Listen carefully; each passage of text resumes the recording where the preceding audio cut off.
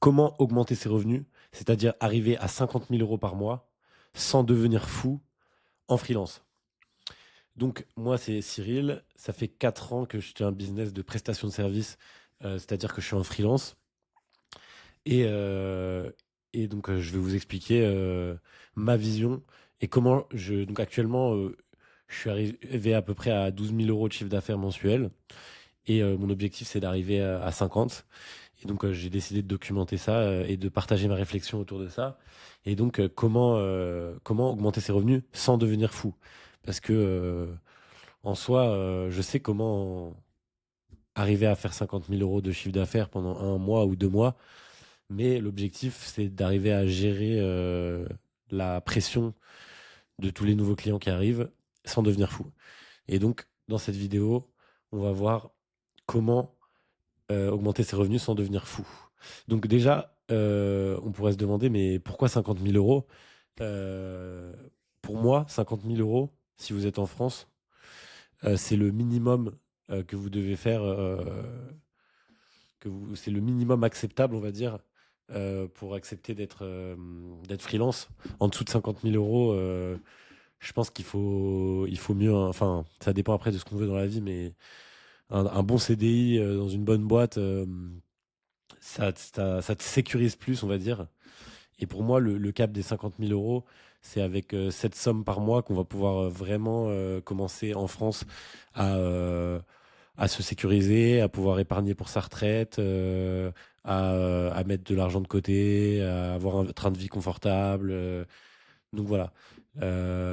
Et encore, je pense que quand j'arriverai à ce stade-là, je me rendrai compte peut-être que 50 000 euros, c'est pas beaucoup, puisque beaucoup d'entrepreneurs avec lesquels je parlent même eux de 100 000 euros.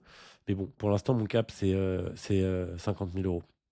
Donc, on va voir comment se servir de la pression. Pour moi, la pression, c'est la base pour. C'est la base, c'est un levier très très puissant. La pression qui nous fait faire des trucs, nous les humains, qui nous fait faire des trucs de fou. Avec la pression, on voit que c'est un levier, bref. Et donc, il faut se servir de la pression, non pas la subir, mais vraiment la maîtriser pour la mettre aux endroits qu'il faut. Et donc là, je prends l'exemple d'un business à zéro, donc quelqu'un qui se lance en freelance. Souvent, il n'a pas de pression. Euh, Parfois, on va dire que s'il décide vraiment de se lancer en freelance, soit il a un travail qui lui permet de garantir sa vie, et donc il va être moins focus sur sa pression, elle va venir plutôt de son travail, et du coup, il y aura pas de pression du côté de son business de freelance, puisque c'est pas son business de freelance qui lui permet de vivre. Et donc, sans pression, du coup, c'est compliqué de générer du revenu. Et on va voir, moi, mon cas, par exemple, ce qui m'empêchait d'avoir du revenu, c'était pas de pression parce que j'avais le chômage. Et donc, le chômage, on pourrait penser que c'est un bon outil pour se lancer en freelance. Et pour moi, c'est tout le contraire, c'est un mauvais outil.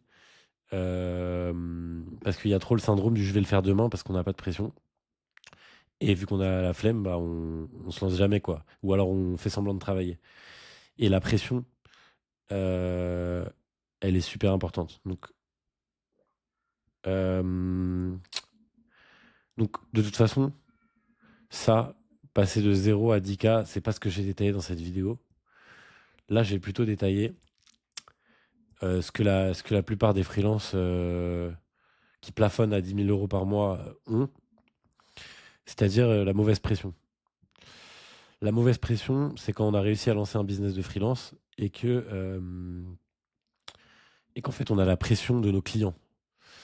Et la pression des clients, elle est pas bonne du tout pour scaler. Il y a au début, on a ce qu'il faut là, pour passer cette étape-là, il faut avoir la pression la pression du frigo, on va dire. C'est-à-dire se mettre au pied du mur. Et quand on est au pied du mur, on réfléchit de façon très claire. Quand on n'a pas de quoi payer son loyer, euh, bah, il y a une pression de fou. On se lève le matin et c'est là qu'on va envoyer des centaines de mails pour aller chercher des clients. Et là, on se concentre vraiment que sur les tâches qui sont essentielles. On va vraiment augmenter fortement le nombre de messages envoyés. Et vraiment, c'est qu'une question de volume hein, pour se lancer en freelance. Si vous n'arrivez pas à vous lancer en freelance, en général, ça ne sert à rien de réfléchir. En France, on aime bien réfléchir, faire des trucs compliqués. Vous n'avez pas de clients. Soit vous dépensez de l'argent pour communiquer, pour faire de la publicité, soit, enfin, c'est pas ce que je vous recommande. Soit juste vous prenez votre téléphone, vous prenez vos mails et vous envoyez un maximum de mails comme si vous candidatiez et avec votre compétence, quoi. Voilà, donc c'est sûr qu'il faut des compétences, ça, c'est autre chose. Mais bref, donc là, on va passer à la mauvaise pression. Donc la mauvaise pression, c'est celle qui nous empêche de passer au-dessus de 10 000 € par mois. La mauvaise pression. Euh, Ouais, donc la mauvaise pression, c'est quand le client il t'harcèle. Donc en gros, quand tu as réussi à avoir des clients, etc., tu as tes clients qui tournent. Donc en fonction de ton business, de tes marges, de ton style d'activité, voilà, tu as, peut-être deux, peut-être 5, peut-être 15 clients qui t'harcèlent, entre guillemets, qui te parlent et eux, ils te mettent la pression parce que eux-mêmes, ils ont la pression et toi, ils te voient comme leur employé, on va dire.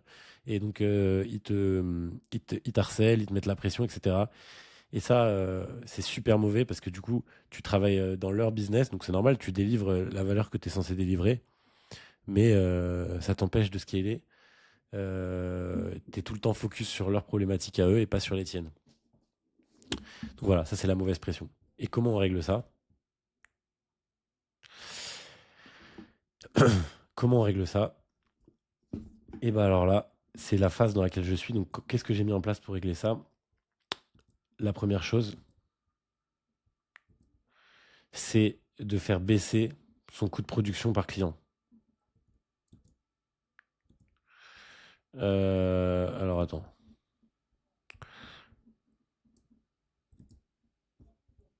Comment on fait ça? Désolé, c'est ma première vidéo. Hum, hum. Ah, mais c'est où pour mettre du texte? Ah voilà. Bon, comment on met du texte? Texte. Ah, texte, c'est là. Ok. Donc la première chose, c'est de se nicher. En fait, le gros problème, au début, on rentre un max de cash pour rentrer à 10 000 € par mois. Donc voilà, comme ça, on se sécurise. On s'en fout de savoir se nicher. Voilà, si on arrive à faire 10 000 € par mois en freestyle avec toutes sortes de clients. Voilà, l'objectif, c'était, c'était de manger, c'était de payer le loyer, c'était de réussir à garantir sa vie. Donc ça, c'est 10 000 € par mois. En dessous de 10 000 € par mois, en France, c'est compliqué, quoi. Enfin, voilà. En tout cas, moi, j'en suis là. Se nicher. Donc, se nicher, ça permet d'avoir toujours le même type de client. Et donc, euh, d'être beaucoup plus fort et d'être beaucoup plus organisé pour, euh, pour délivrer. Donc, on va dire délivrer à moindre coût. Voilà, par exemple, là, je suis en train de me nicher. Et avant, je prenais en moyenne, on va dire, 6 heures par projet. Et là, je suis en train d'industrialiser, etc. Toujours taper dans la même cible. Et donc maintenant, je prends que 4 heures par projet. Donc ça me permet de rentrer plus de projets. Donc voilà, ça me permet de rentrer plus de projets. Mais ça, euh, ok, peut-être que je délivre en 4 heures au lieu de 6, mais j'ai toujours le même nombre de clients. Donc ensuite, il faut se noyer dans les leads. Donc pour ça, il faut craquer un canal d'acquisition. Et pour craquer un canal d'acquisition, il faut avoir de la pression autour de ce canal d'acquisition. Donc moi, je recommanderais, une fois validé, donc ça c'est la phase la plus dure, c'est de valider un canal d'acquisition.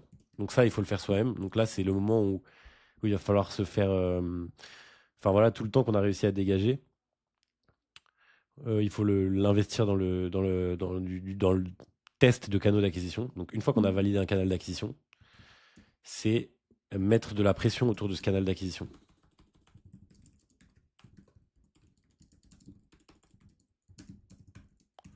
Par exemple, si vous faites 10 000 euros par mois et que vous décidez que votre canal, c'est la publicité, et bah, je vous recommande soit de mettre 5K par mois, donc la moitié de votre chiffre d'affaires, sur la régie pub.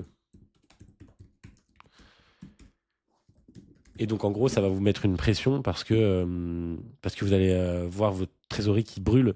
Et donc, ça va vous remettre dans l'insécurité, comme au début, quand vous aviez besoin de remplir le frigo, etc. Là, vous allez voir toute votre trésorerie qui part. Et donc, ça va vous pousser à optimiser un maximum ça pour pas du tout perdre votre budget et pas perdre votre business. Donc, voilà, mettre la pression autour de ce canal, ça peut être aussi prendre un rendez-vous, enfin, se payer une prestation, se payer une agence ou un freelance avec un rendez-vous hebdomadaire. Ça va faire que bah, vous payez ce freelance.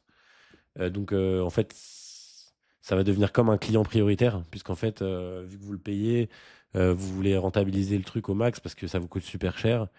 Et donc, voilà, vous allez travailler un max. Et alors que si vous n'avez pas de deadline, si vous n'avez personne pour vous challenger, en fait, il faut remplacer la pression des clients par la pression des prestataires. Euh, je sais pas si, je pense pas forcément que vous avez déjà essayé de recruter, mais quand j'avais essayé de recruter, j'ai remarqué que un employé, ça met beaucoup plus de pression qu'un client. Et pourtant, les clients, ils mettent beaucoup de pression. Donc, parce qu'en fait, ça a besoin d'être managé et vu qu'on le paye, ça te prend la tête de fou. Donc, moi, c'est pour ça que j'ai pas d'employé, mais un freelance, ça peut être super intéressant. Et donc, la dernière étape, c'est ça pour arriver à 50 000 € par mois. La bonne pression, donc la pression du prestataire et plus la pression du client. Tu fais en sorte la pression sur des éléments qui apportent du résultat. Voilà. Il faut faire augmenter la pression autour du canal qui rapporte les résultats. Donc, se concentrer sur l'acquisition et moins se focus sur la délivrabilité tant que les clients sont satisfaits. Voilà. Euh, voilà, délivrer à moindre coût. Mais il faut quand même les satisfaire, hein. Mais il y a une balance à trouver. Mais quand ça fait longtemps que. Enfin voilà, au bout d'un moment, quand vous connaissez votre métier, vous vous rendez pas compte de la valeur que vous ajoutez. Donc ça sert à rien de se prendre la tête à essayer de rajouter de la valeur inutile. Faut mieux faire bien les choses que trop vouloir en faire à chaque fois, toujours augmenter et au final faire un truc qui est à côté de la plaque. Donc voilà, tu fais en sorte de mettre la pression aux bons résultats et le scale,